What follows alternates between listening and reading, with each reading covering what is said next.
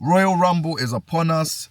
I am King J, member of Nation of Conversation. We talk about all things wrestling. I am a big wrestling fan, so it's only right I talk about the Royal Rumble that's going to be happening tonight.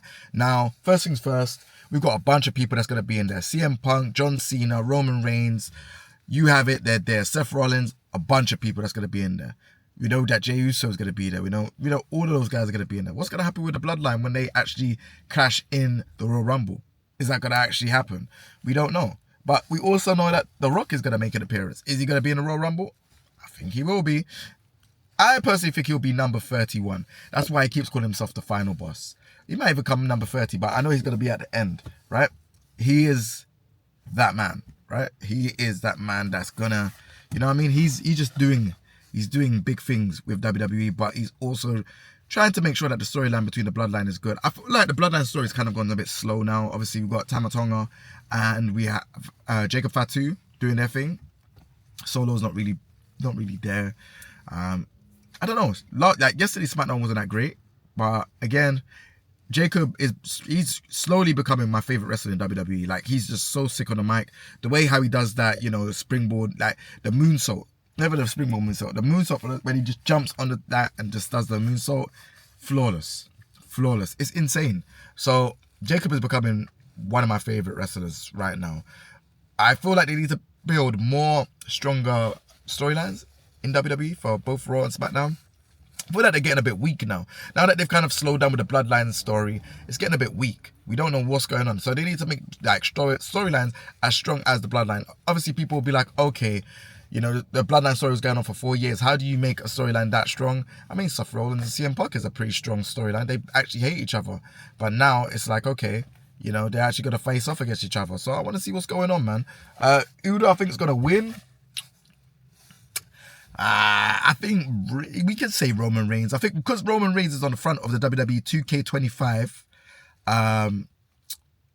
the game, I feel like he's going to win the Royal Rumble.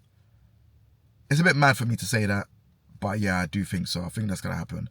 Or we might get CM Punk, where it's going to be CM Punk and Cody Rhodes. See, you know, the thing with CM Punk is, I feel like I feel like he's such a controversial wrestler that I don't think he's going to be in WWE for that long. I know people are going to be like, oh, what are you talking about? He's getting everything he wants. He gets the match with Seth Rollins. He's pretty much there. He's doing what he wants to do. So I think he might win the Royal Rumble and face off against Cody Rhodes and then win the title. And then Roman Reigns could concentrate on the Bloodline situation and finishing off that storyline. Because I feel like, again, the Bloodline storyline is getting a bit weak now. Like, they've done the tribal, not even tribal chief match. What do they call it again? The tribal combat match. And yeah, that happened. It's whatever now, innit? It's done. Like, what's happened now? Like, obviously, Solo just left. Them lot by themselves. Tonga Loa, he's, you know, injured. What more's left, you know?